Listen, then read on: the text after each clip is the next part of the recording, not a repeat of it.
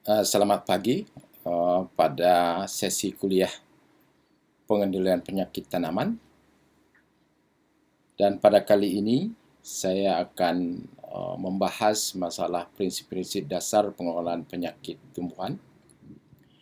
Berdasarkan Undang-Undang Budidaya Pertanian bahwa pengendalian hama dan penyakit pada tanaman itu harus didekati dengan pengendalian terpadu.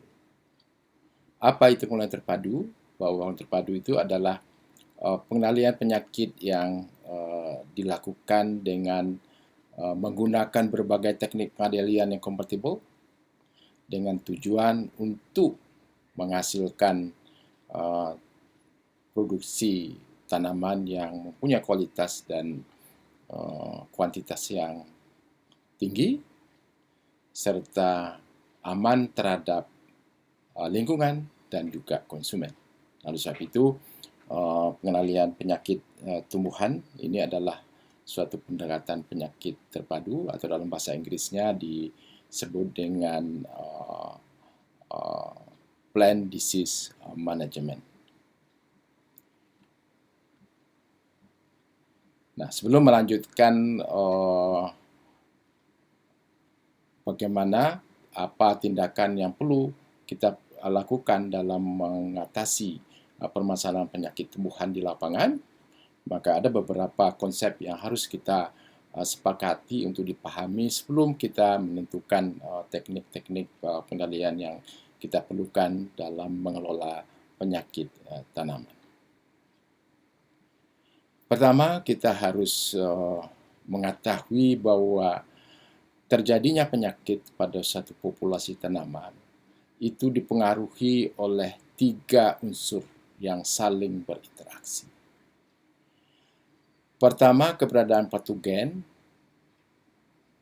dengan patogenisitas yang tinggi serta populasi yang tinggi. Kemudian populasi tanaman yang rentan serta ditunjang atau didukung oleh lingkungan yang kondusif. Artinya, keberadaan patogen yang virulen atau mempunyai patogenisasi yang tinggi dalam populasi tanaman yang rentan, kemudian didukung oleh lingkungan yang mendukung untuk perkembangan patogen.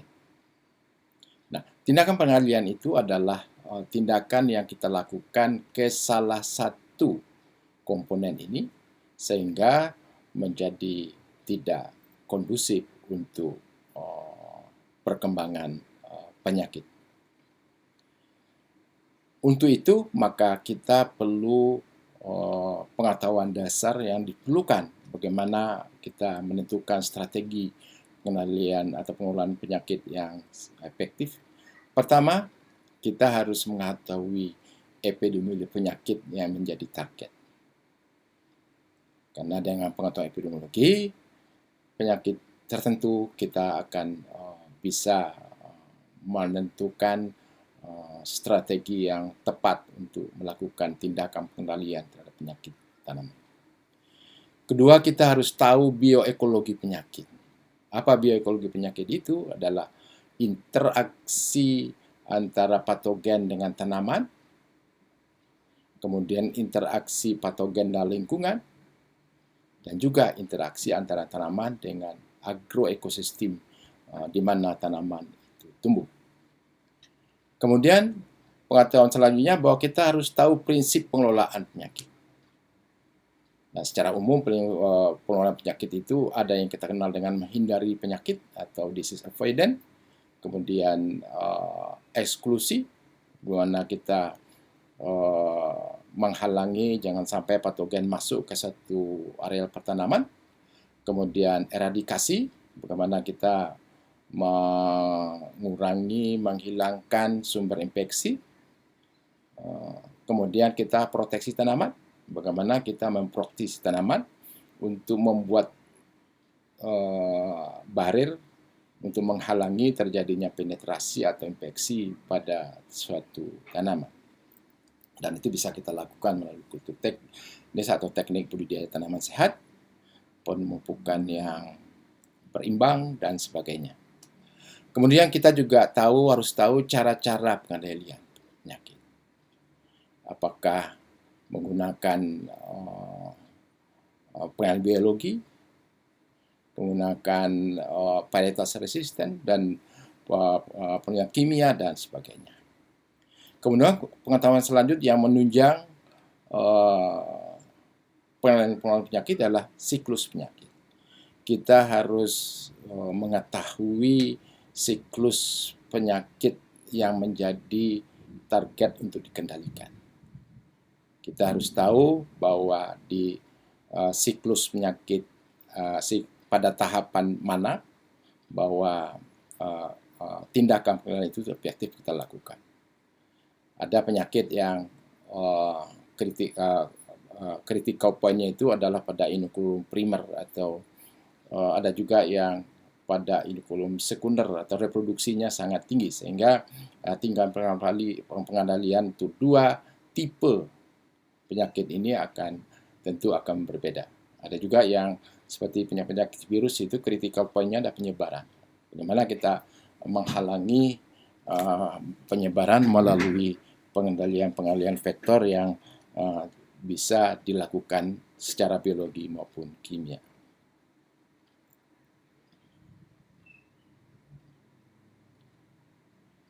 Nah, apa itu pengelolaan penyakit?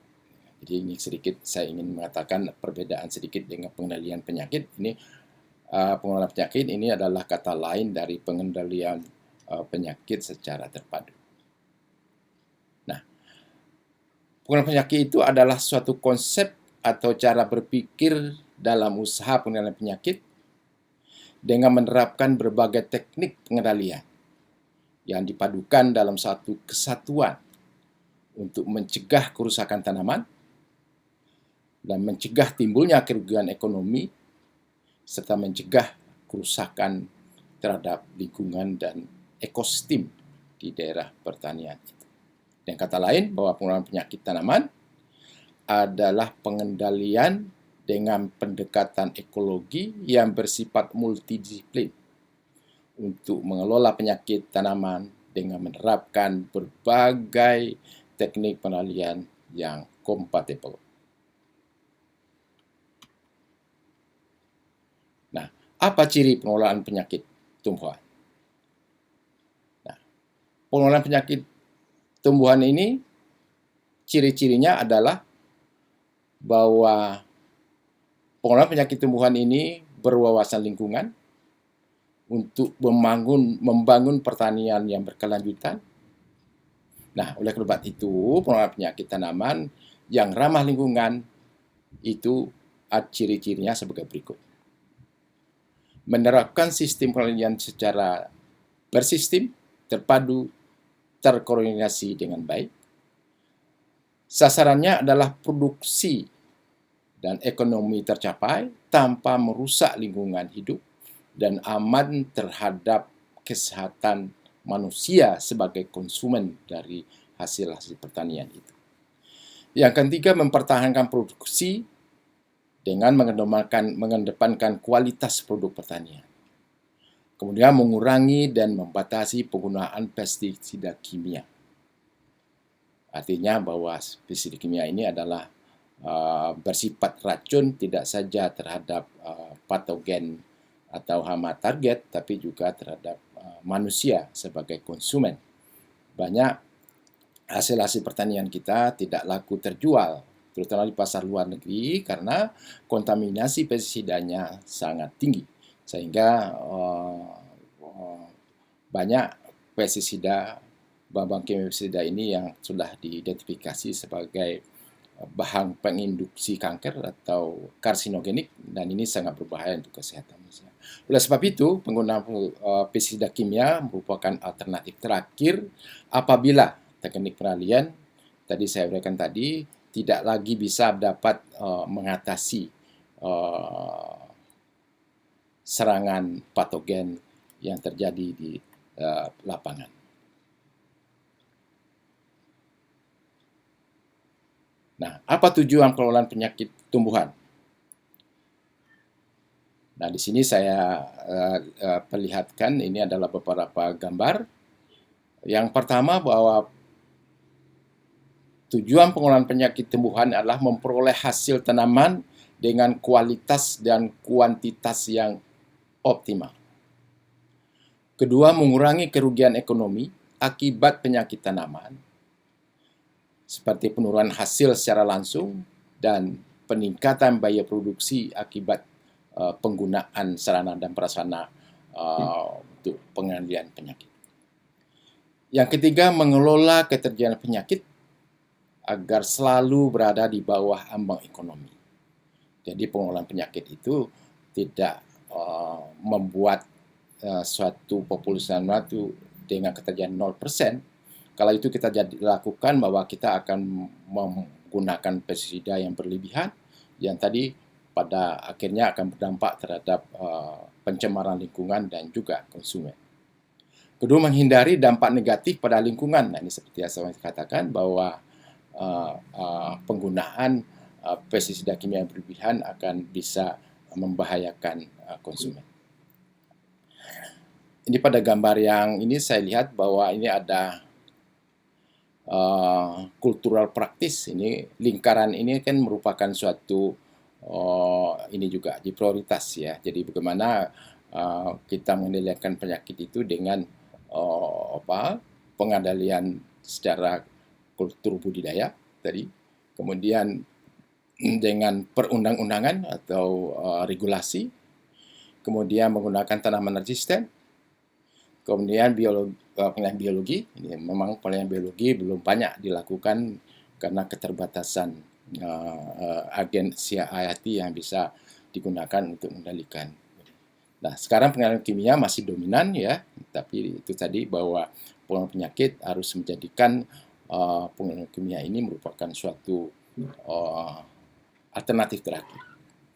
Gambar di bawah ini saya tunjukkan bahwa ini adalah hawar daun kentang yang pernah pandemi di Irlandia Utara di Inggris sana dan telah menyebabkan korban hampir 2 juta orang meninggal dan terjadi migrasi dari Irlandia Utara ke Amerika, ke Australia dan sebagainya. Kemudian sebelahnya adalah tanaman tembakau yang terinfeksi tobacco mosaic virus dan ini kelihatan bahwa ini menurunkan hasil yang sangat signifikan.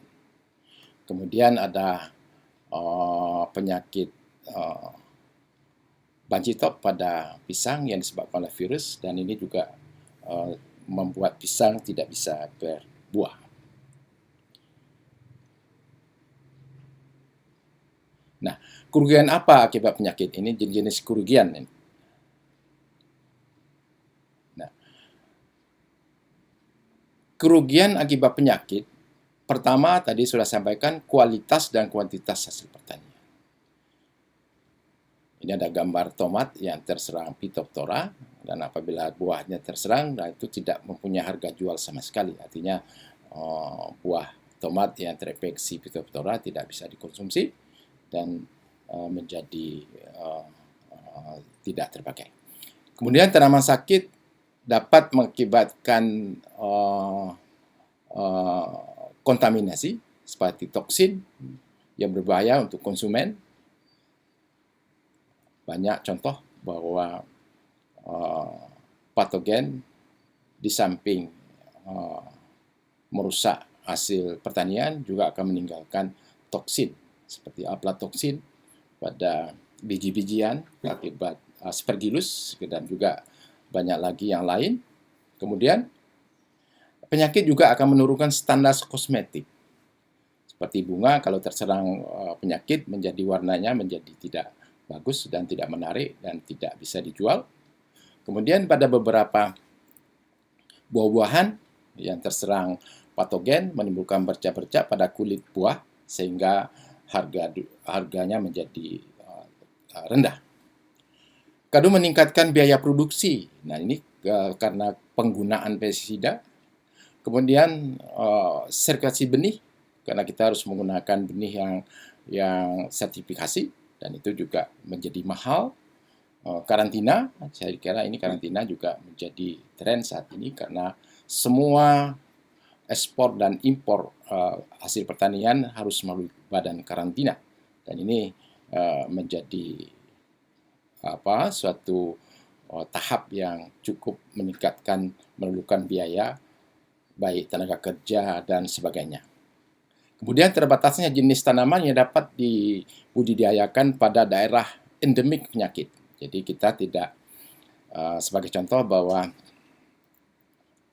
kita tidak bisa menanam jeruk di daerah bagian Pulau Jawa karena endemik penyakit CPPD. Oleh sebab itu jeruk sekarang kita tanam di daerah Kalimantan Barat yang masih bebas dari CPPD. Ini adalah penyakit yang endemik dan banyak merusak pada tanaman jeruk.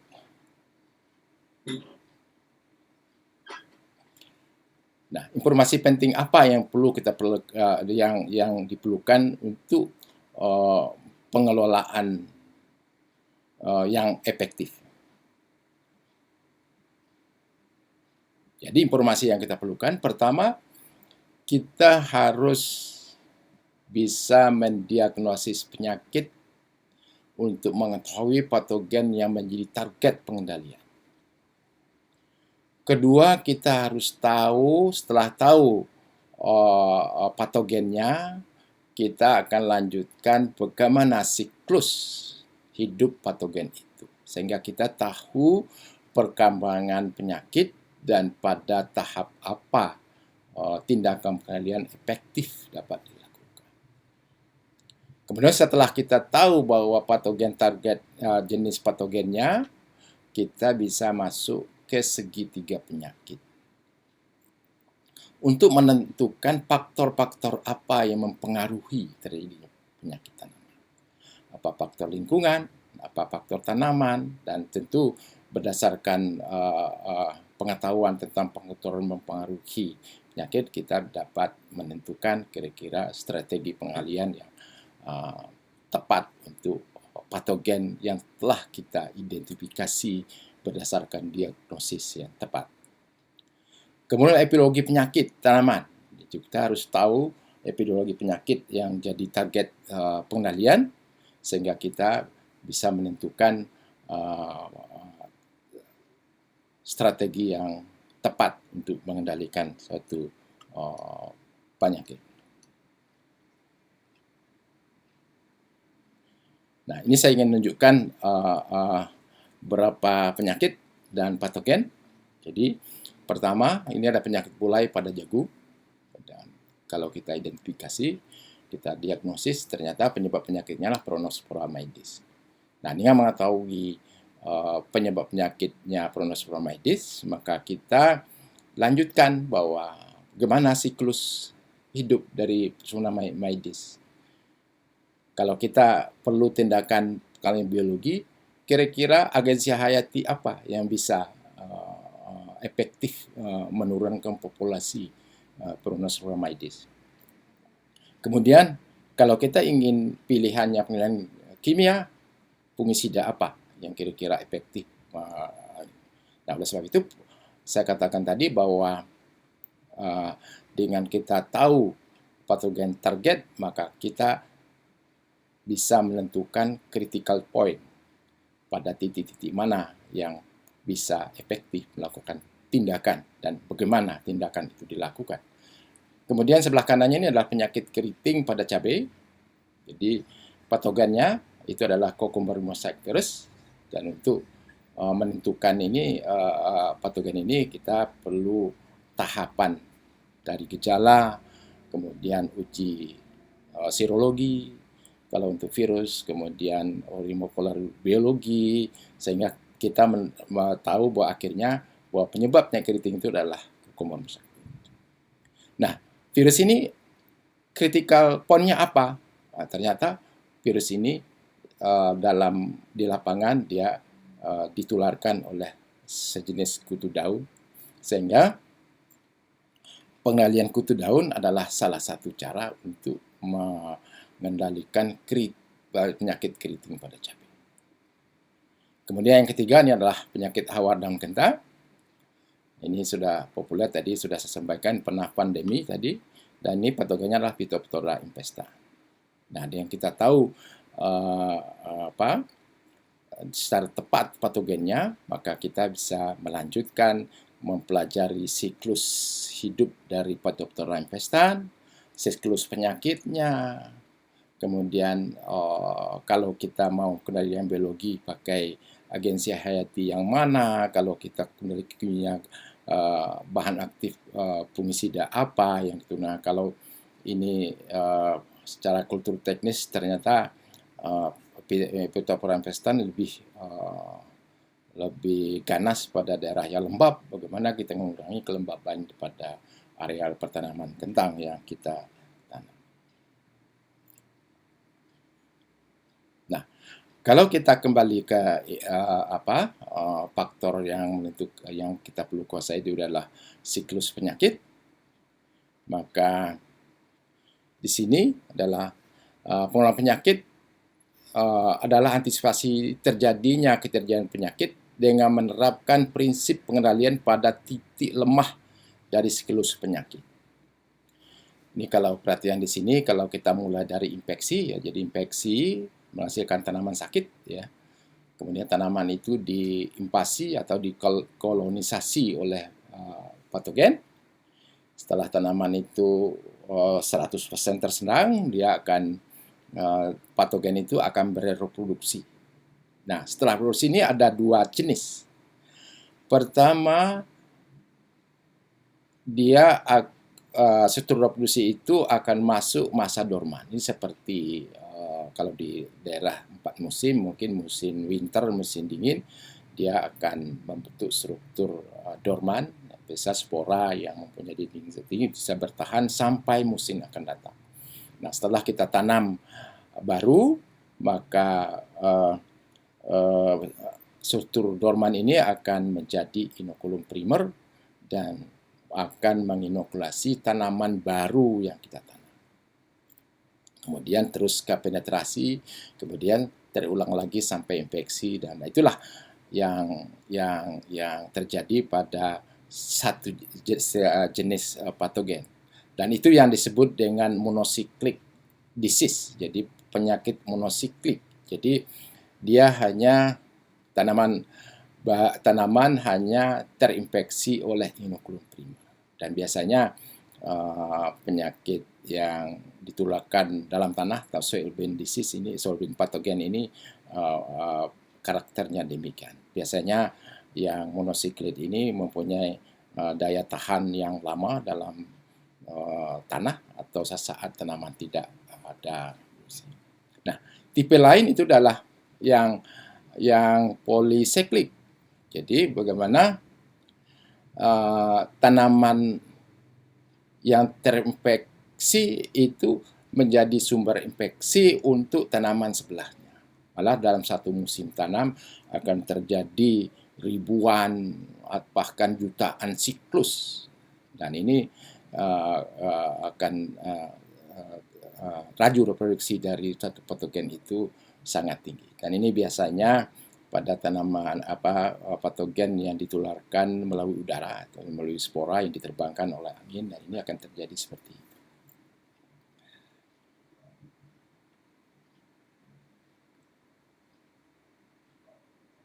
Nah, ini kembali ke segitiga penyakit. Tadi sudah saya sampaikan bahwa setelah diagnosisnya tepat, maka kita akan melihat bahwa bagaimana prevalensi dari patogen itu. Kemudian seberapa besar populasi dari patogen itu pada suatu areal. Kemudian kita juga mempelajari resistensi tanaman terhadap patogen itu. Apakah tanaman kita mempunyai tanaman resisten yang bisa mengatasi itu. Kemudian lingkungan apa yang kondusif untuk patogen, untuk perkembangan patogen tersebut, dan lingkungan apa yang baik untuk memaksimalkan pertumbuhan tanaman. Itu bisa dengan pemberi pupuk segala dan sebagainya, punya tanaman budidaya tanaman sehat maksudnya.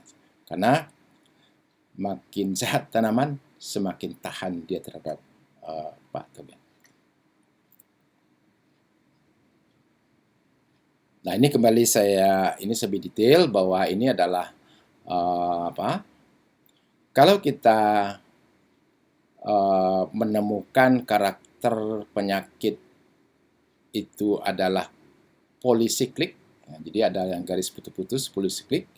Ini siklusnya dalam satu musim tanam itu bisa banyak sekali, bahkan bisa jutaan sehingga satu saja tanaman terinfeksi pada suatu populasi tanaman, dia bisa menjadi sumber infeksi untuk suatu populasi tanaman yang besar. Nah, kalau itu yang terjadi, maka kita harus fokus bagaimana menurunkan laju infeksi dengan menurunkan inokulum sekunder. Kemudian, kalau dia tergantung pada inokulum awal, artinya tanaman sakit itu hanya terjadi akibat inokulum dari musim tanam sebelumnya atau monosiklik, maka target kita bagaimana kita menurunkan inokulum primer. Ini saya kira banyak sekali tindakan-tindakan pengendalian yang bisa digunakan untuk menurunkan inokulum primer dari suatu patogen. Nah, ini adalah prinsip dasar pengelolaan penyakit tanaman. Jadi, prinsip dasar penyakit pertama, tindakan pencegahan. Itu pengendalian penyakit sebelum terjadi infeksi. Nah, itu seperti saya katakan tadi, karantina benih dan bahan tanaman bebas patogen dengan sertifikasi, kemudian bagaimana kultur teknis untuk budidaya tanaman sehat dan sebagainya. Kedua, kuratif, tindakan pengendalian penyakit pada saat patogen sudah ada pada satu populasi tanaman. Bisa pengendalian biologi dan kimia dan juga kultur teknis juga bisa dilakukan di situ.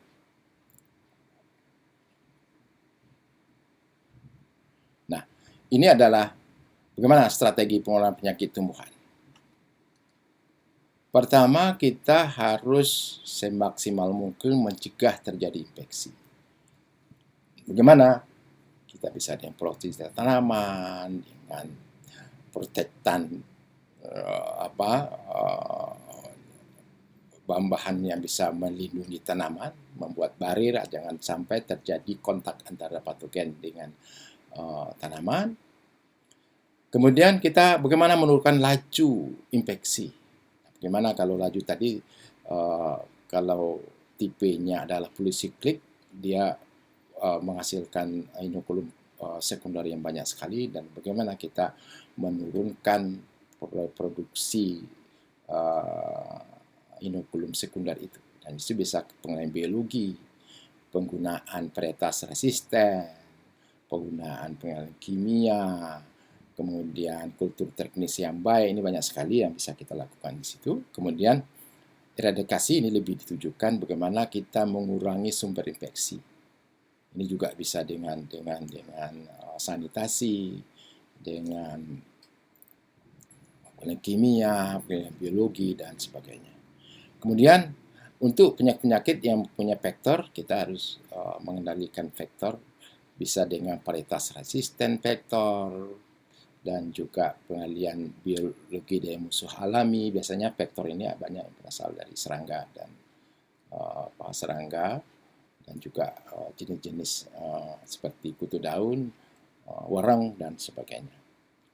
Kemudian yang kelima adalah pengendalian terpadu. Nah, ini saya kira memadukan berbagai teknik pengendalian atau pengendalian yang kompatibel yang dapat digunakan dalam pengendalian penyakit tanaman.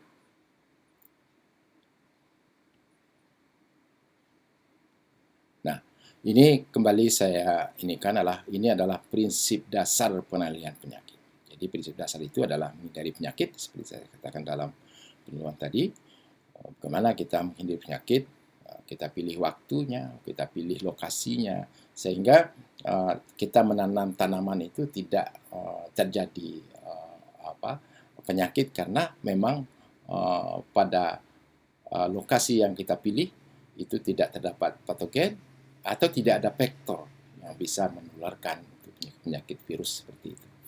Kemudian eksklusi, ini bagaimana kita menghalangi jangan sampai patogen masuk ke area pertanaman kita. Oleh sebab itu ini bisa dengan perundang-undangan, biasanya untuk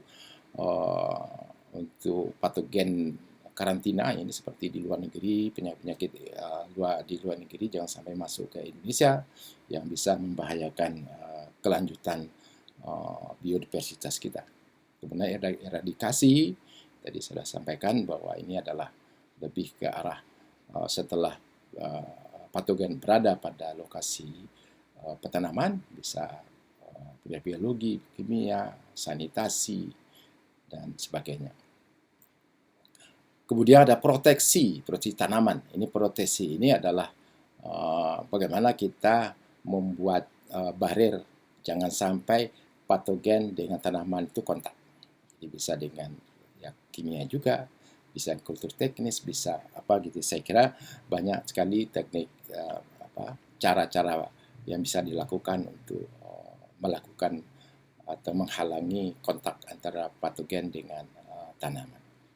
Kemudian varietas resisten, ini saya kira varietas resisten ini yang paling aman saya kira. Tapi memang keterbatasan varietas resisten yang kita punyai sehingga menjadi tidak leluasa kita bisa memilih resisten. Karena di samping laju perubahan strain patogen ini juga kadang-kadang jauh lebih cepat dari kita bisa menemukan varietas baru. Kemudian terapi ditujukan untuk individu tanaman. Ini biasanya untuk tanaman yang hias, tanaman mahal gitu. Jadi kita bisa mengeliminasi patogen dalam tanaman melalui penggunaan antibiotik untuk bakteri misalnya, fungisida sistemik untuk patogen dari golongan jamur dan sebagainya.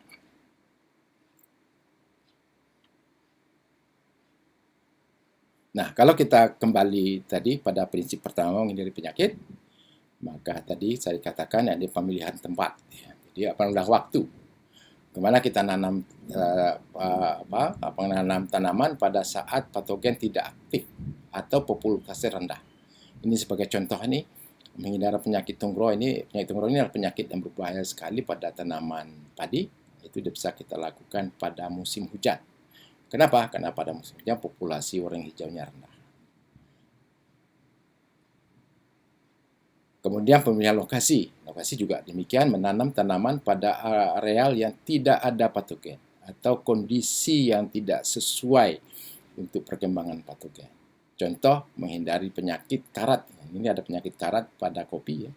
Hemilia pastatrik ini sangat berbahaya untuk kopi Arabica.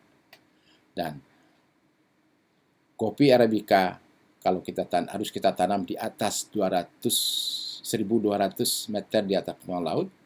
Kenapa? Karena di atas 1.200 meter di laut, Hemilia pastatrik atau patogen penyebab penyakit karat itu tidak bisa berkembang dengan baik.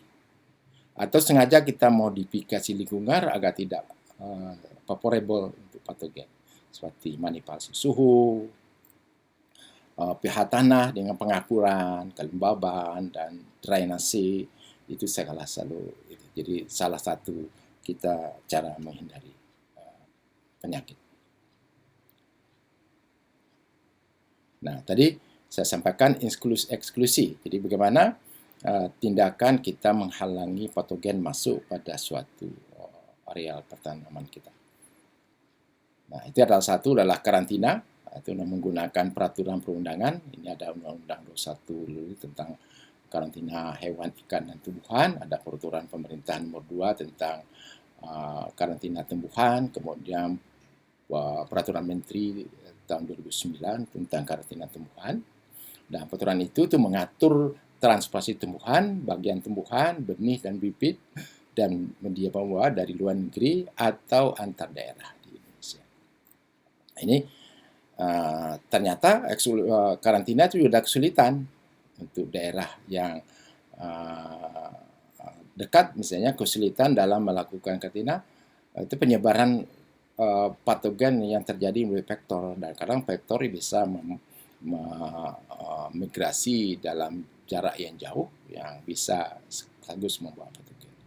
Kemudian pada patogen pada gejala awal yang symptomless, ya, tidak bergejala, ini juga sulit kita mendeteksi ada. Kemudian deteksi yang cepat, rapid test, terutama untuk ekspor dan impor komoditas pertanian yang biasanya daya tahan komoditasnya tidak.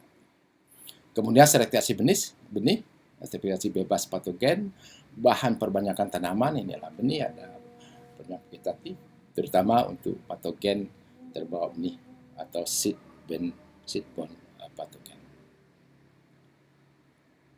Nah, kalau eradikasi, kemana cara eradikasi? Eradikasi bisa kita lakukan dengan secara kultur teknis, bisa dengan rotasi tanaman untuk menghilangkan tanaman inang alternatif, sisa tanaman sakit, dan pengolahan tanah dan sanitasi. Kemudian pelakuan panas, ini pembakaran tanaman sakit untuk sterilisasi tanah. Jadi bagaimana tanah yang mau kita gunakan kita sterilisasi. Kemudian solarisasi tanah. Jadi juga untuk kalau dalam pot biasa kita sterilisasi, tapi kalau dalam areal yang luas biasanya solarisasi. Menggunakan bagaimana sinar matahari dengan menggunakan teknik tertentu bisa digunakan untuk meningkatkan suhu tanah sehingga bisa mematikan patogen. Perlakuan dengan air panas atau termoterapi.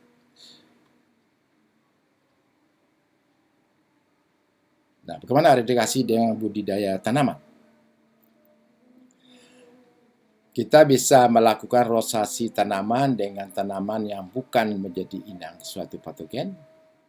Bisa efektif menurunkan populasi inokulum primer patogen, terutama patogen yang obligat. Ini patogen obligat ini patogen yang tidak bisa hidup di luar tanaman inang atau patogen yang populasinya tergantung tanaman inang. Kemudian ada kekurangan juga bahwa rotasi tanaman untuk tanaman tahunan tentu susah kita lakukan. Yang kedua, patogen yang lama bertahan dalam tanah sebagai saprofit fakultatif juga menjadi sulit karena walaupun tidak ada tanaman inang utama, dia bisa bertahan dalam tanah. Kemudian patogen yang mempunyai banyak tanaman inang, karena tanaman utama tidak ada, dia bisa bertahan pada tanaman yang lain. Kemudian perlakuan panas. Ini adalah pembakaran. Ini tanaman terinfeksi dimusnahkan. Ini tanaman jeruk yang terinfeksi Xanthomonas campestris Phytoparcitri yang menyebabkan penyakit kanker pada buah jeruk.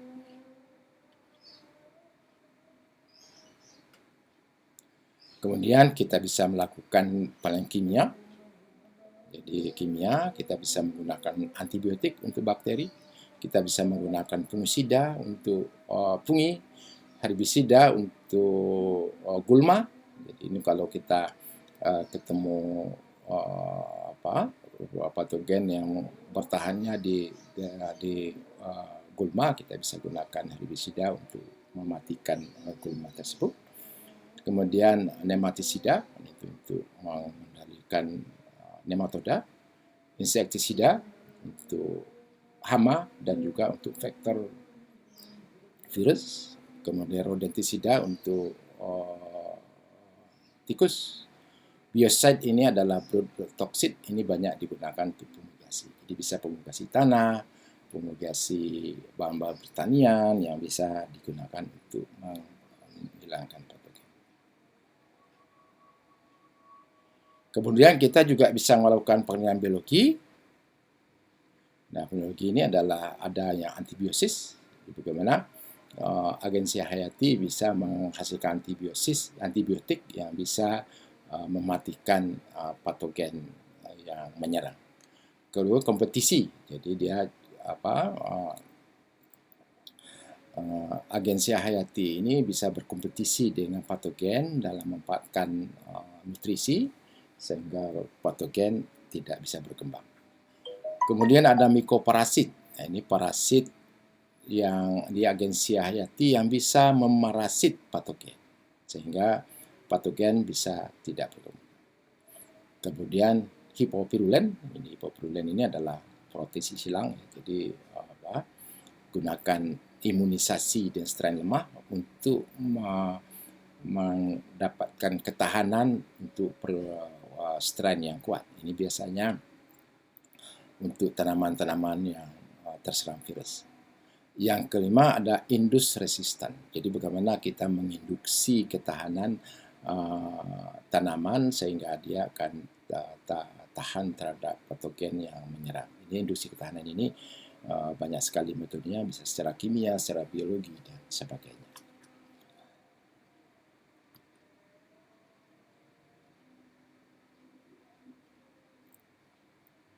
Kemudian proteksi tanaman. Nah, apa yang dimaksud proteksi tanaman? Jadi proteksi tanaman itu adalah kita membuat barir atau penghalang antara patogen dan tanaman atau bagian tanaman yang rentan terhadap patogen. Ini saya kira bagaimana kita menghalangi dengan berbagai teknik, misalnya dengan protektan atau penggunaan bahan kimia yang bisa menghalangi terjadinya kontak antara patogen dengan tanaman. Itu adalah tanaman penghalang. Jadi penghalang ini bagaimana kita nanam tanaman yang tinggi untuk menghalangi investasi vektor dari daerah lain ke dalam tanaman. Itu pada gambar kelihatan bahwa kita ingin menghalangi migrasi vektor dari daerah lain yang menggunakan tanaman penghalang yang lebih tinggi.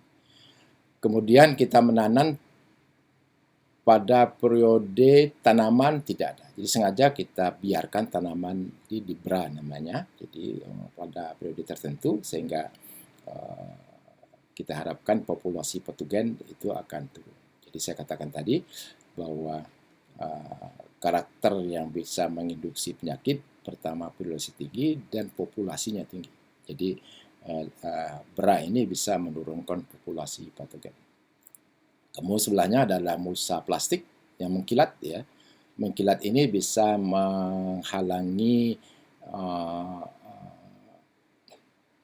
investasi vektor, terutama kutu daun. Kemudian mulsa plastik ini juga bisa berefek solarisasi terhadap tanah sehingga tanah menjadi suhunya tinggi dan tidak kondusif untuk perkembangan patogen yang ada dalam tanah. Kemudian aplikasi pestisida, fungisida dan bakterisida ini juga untuk ini. Jadi bagaimana kita memprotek tanaman dengan kita menggunakan fungisida atau insektisida ini memprotek dari vektor, kemudian fungisida ini memprotek dari jamur patogen, sedang bakterisida ini untuk memprotek tanaman dari bakteri patogen tumbuhan. Kemudian varietas resisten atau toleran. Ini resisten ini adalah ketahanan relatif tanaman terhadap patogen. Ada atau tanaman toleran. Kalau tanaman toleran ini adalah tanaman yang bisa terserang tapi dia tidak bisa mengatasi efek negatif dari patogen. Jadi dia terserang tapi hasilnya tidak menurun. Pengendalian biologi dia menggunakan agensia pengendali biologi. Ini ada trichoderma ya. Ada ini telah ketik ini PGPB, Plant Growth Promoting Bacteria. Jadi ada bakteri-bakteri tertentu yang bisa menyuburkan tanaman dan juga meningkatkan ketahanan terhadap patogen. Kemudian untuk virus ini ada ini seperti hipovirulen seperti saya katakan tadi, ini adalah penggunaan strain lemah. Ini sifatnya persis seperti imunisasi. Kita imunisasi tanaman sengaja kita inokulasi strain lemah dengan sasaran dia akan tahan terhadap strain yang ganas. Nah, pressure resistant. Dan pada umumnya ada dua tipe. Jadi apa resisten itu ada dua tipe, atau resisten horizontal, kemudian vertikal.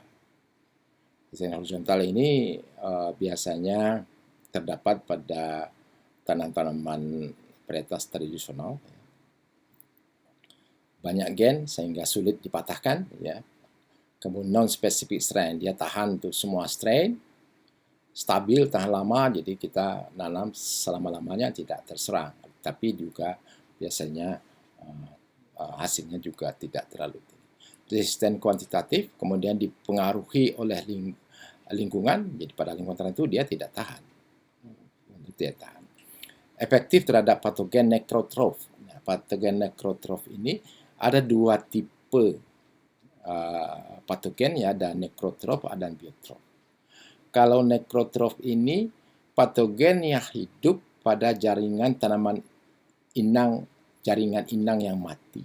Artinya kalau dia mengisi tanaman, jaringan mati dulu, baru dia mengambil nutrisi dari jaringan mati itu. Dan sebaliknya biotrof. Biotrof ini patogen yang hidup pada jaringan inang yang hidup. Jadi kalau dia menyerang, dia akan mengambil nutrisi pada sel hidup. Setelah nutrisi habis, dia pindah yang baru, kemudian sel yang bekas dia infeksi itu akan mati. Jadi pada akhirnya sama saja, tapi metodenya itu berbeda. Kemudian tadi saya katakan bahwa hampir semua varietas modern saat ini hasil pemuliaan yang kita ketahui sekarang itu hampir resistennya adalah tipikal resisten vertikal. Nah, oleh sebab itu,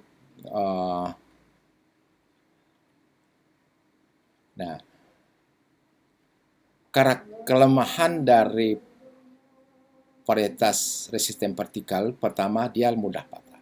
Artinya setelah kita tanam 2-3 musim, 4 musim, dia akan jadi rentan karena terjadi mutasi pada patogen karena terbentuknya strain baru, sehingga varietas yang tadi tahan menjadi tidak tahan. Dan itu tidak terjadi apabila penggunaan varietas horizontal yang kita ini.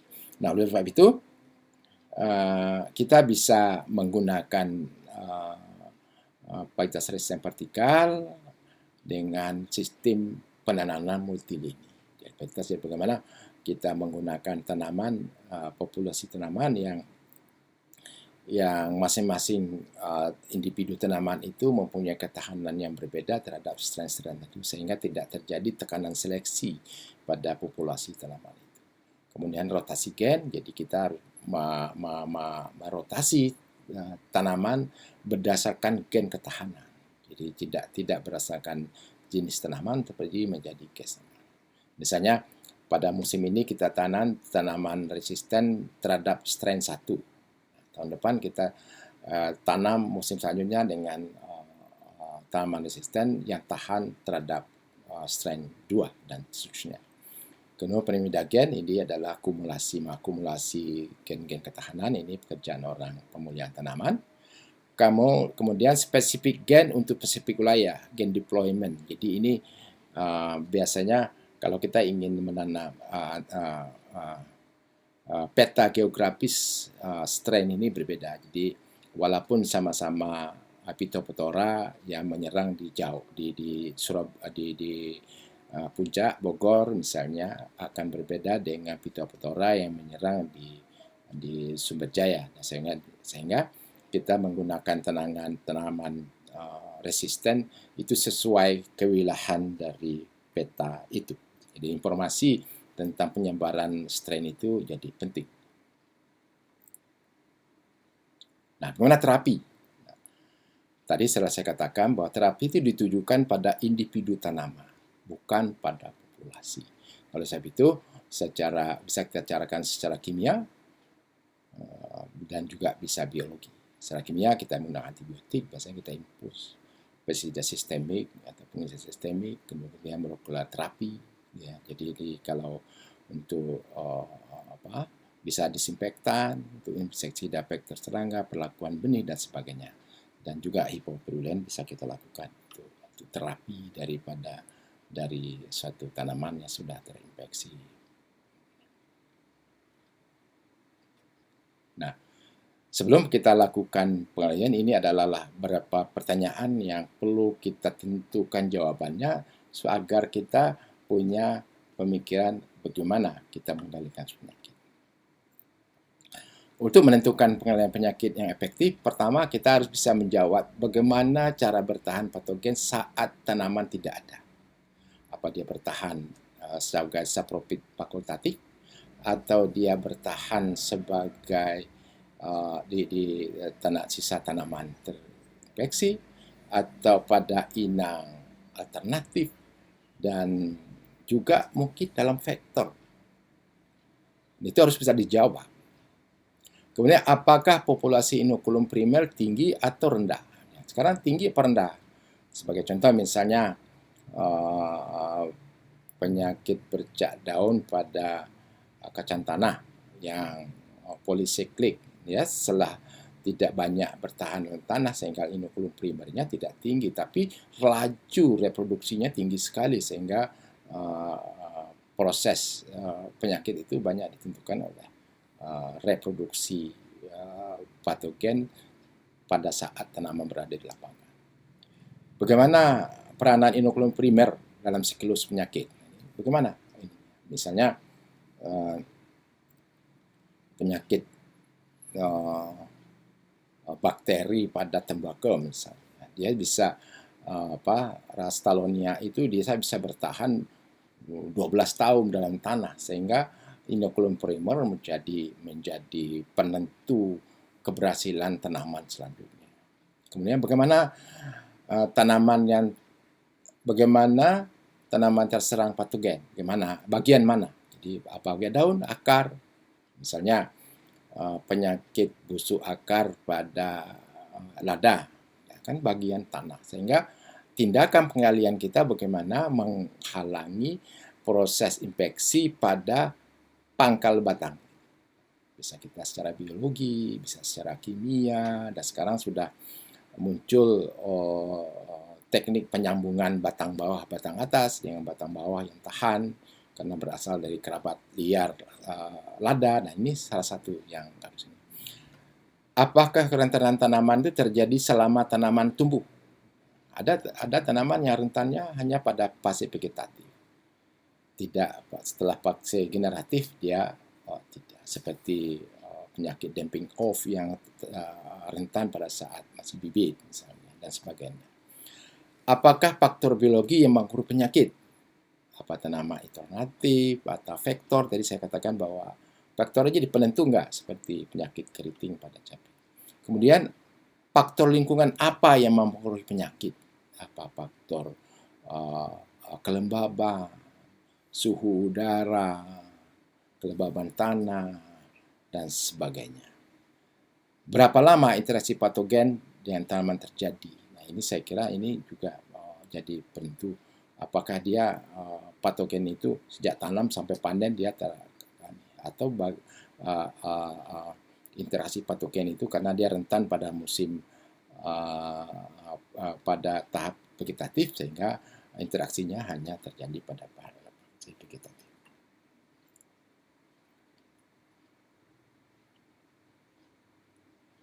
Nah, itu saya kira ini, terima kasih kepada atas perhatian saudara, dan kita akhiri kuliah dan mudah-mudahan kita ketemu pada kuliah yang akan datang.